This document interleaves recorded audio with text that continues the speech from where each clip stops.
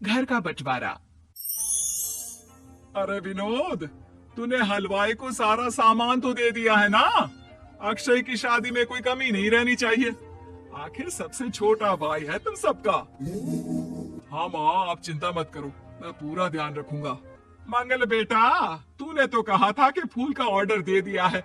यहाँ तो फूल पहुँचे ही नहीं। अब क्या बहू की विदाई के बाद फूल आएंगे? माँ, मैंने अभी बात की है फूल वाले से, वो रास्ते में ही है। आप किशोर भैया से क्यों नहीं कहती कुछ करने को? किशोर पहले ही मेरे बताए काम कर रहा है। पास के सभी रिश्तेदारों और मोहल्ले वालों को कार्ड वही तो देकर आया था। रिसेप्शन के लिए हॉल भी उसी ने बुक किया था। टेंट कुर्सी वालों को भी तो वही देख रहा है। पर कई मोहल्ले वाले तो हमारे भरे पूरे परिवार से जलते भी है। उन्हें बुलाने की क्या जरूरत थी? बेटा, शादी ब्याह में तो बुलाना ही पड़ता है, नहीं तो लोग क्या कहेंगे। दादी दादी देखो ना, हलवाई अंकल हमें लड्डू नहीं दे रहे, आप इनको डांटो ना। अरे चैन सुख दे देना बच्चों को लड्डू, क्यों तंग कर रहा है इन्हें?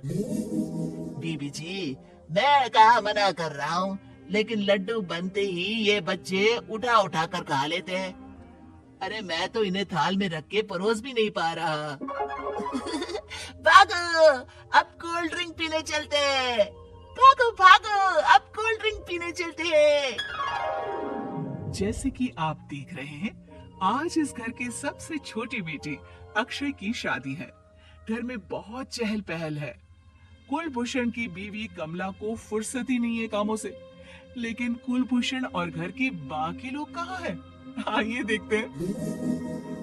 अजी, आप यहाँ आराम से बैठकर गाने सुन रहे हो और घर में अभी तक इतने काम बचे हैं करने को। अरे भाई, मेरे सबसे छोटे बेटे की शादी है।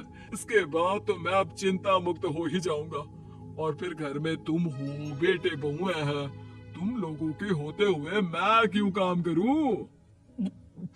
मैं तो शान से बेटे की शादी में जाऊंगा। तैयार होकर। अरे ठीक है, अब आप आराम ही कीजिए। एक बार अभिषेक की बीवी आ जाए, फिर मैं भी आराम करूंगी और मेरी चारों बहुएं पूरे घर की जिम्मेदारियां संभाल लेगी। इतना कहकर कमला वापस अपने काम में लग जाती है। बेटा भी, तू अब तक तैयार नहीं हुआ? किससे बात कर रहा है फोन पर? तैयार कैसे हूँ? सैलून जाने से तो आपने मना किया है, क्योंकि मुझे हल्दी लग चुकी है। भाभीियों को देखो, सुबह से पार्लर में है। अक्षय की शादी हो जाती है और नंदिता बहू बनकर घर आ जाती है। लेकिन इस घर की खुशियों को मानो किसी की नजर लग गई थी। नंदिता के आने के बाद आए दिन घर की शांति भंग होती रहती। अपने माँ बाप की इकलौती बेटी को इतने बड़े परिवार की जिम्मेदारियां कहाँ संभालनी थी। अभी देखो ना, मेरे हाथों की मेहंदी भी अभी नहीं उतरी है और तुम्हारी मम्मी ने मुझे घर के कामों में लगा दिया।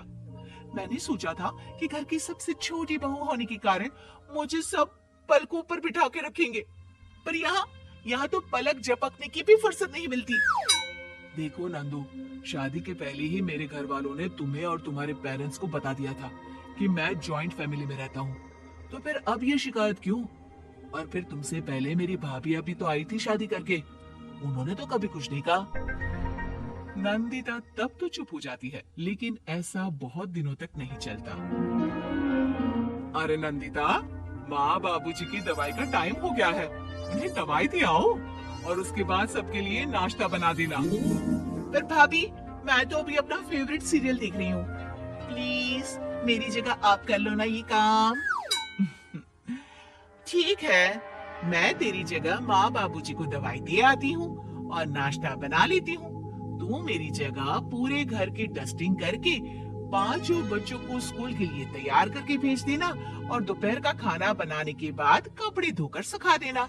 उसके बाद हम दोनों मिलकर बाजार जाकर सब्जी ले आएंगे, फिर डिनर की तैयारी कर लेंगे और उसके बाद बस बस भाभी, मैं माँ बाबूजी को दवाई देकर सबके लिए नाश्ता बना देती हूँ।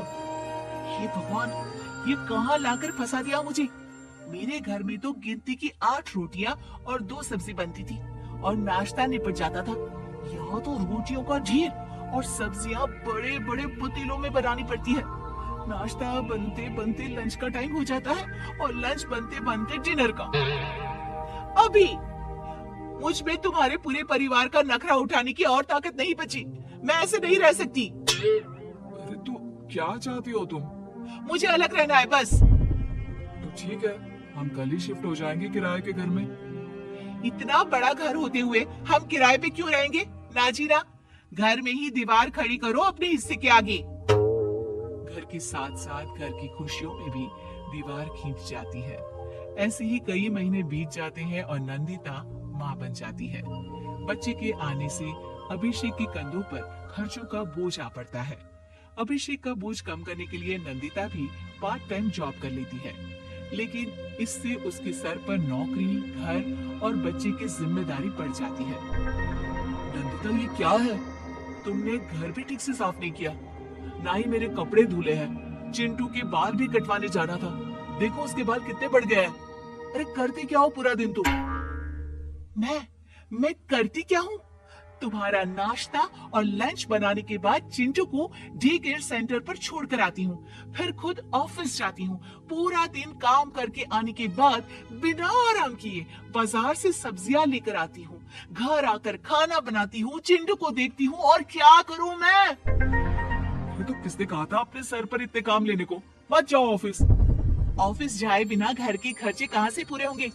चिंटू की डे केयर का खर्च, उसके लिए बेबी फूड का खर्च, प्रेस वाली का खर्च, ये सब तुम्हारी सैलरी से होता नहीं है। अगर परिवार से अलग नहीं होती तो इतनी मुसीबतें नहीं उठानी पड़ती तुम्हें। तुम्हें परिवार के साथ मिलकर काम करने में दिक्कत थी, लेकिन काम तो अब भी बहुत है तुम्हारे सर पर। चिंटू को भी डे केयर भेजने की जरूरत नहीं पड़ती। उसको गोद में खिलाने के लिए दादा दादी और घर के सभी बड़े होते। उसके साथ खेलने के लिए उसके भाई बहन भी होते। मेरे तीनों बड़े भाइयों के बच्चे भी बड़े हुए हैं, लेकिन बिना महंगा बेबी फूड खाए, क्योंकि मेरी माँ और भाभियां बहुत अच्छे से जानती हैं कि बच्चे को क्या खिलाना चाहिए। बिजली के बिल जैसे खर्चे भी सब मिलकर बांट लेते थे। लेकिन तुम्हें तो सबसे अलग रहने में ही मजा आता है, तो आप शिकायत क्यों करती हो? बस करो अभिषेक, बस करो। मैं मानती हूँ कि मैं गलत थी। मेरे एक गलत फैसले ने हमें बिल्कुल अकेला कर दिया है सबसे। एक घर में होते हुए भी हम बाकी परिवार से अजनबियों की तरह रह रहे हैं। अभिषेक और नंदिता की सारी बातें घर के बाकी लोगों को सुनाई दे रही थी। तभी कमला बोल पड़ती है। अरे नंदिता बहू, किसने कहा कि तुम अकेले हो? तुम्हारा इतना भरा पूरा परिवार है ना तुम्हारे साथ। हम तो बस ये चाहते थे कि तुम अपनी गलती समझ जाओ।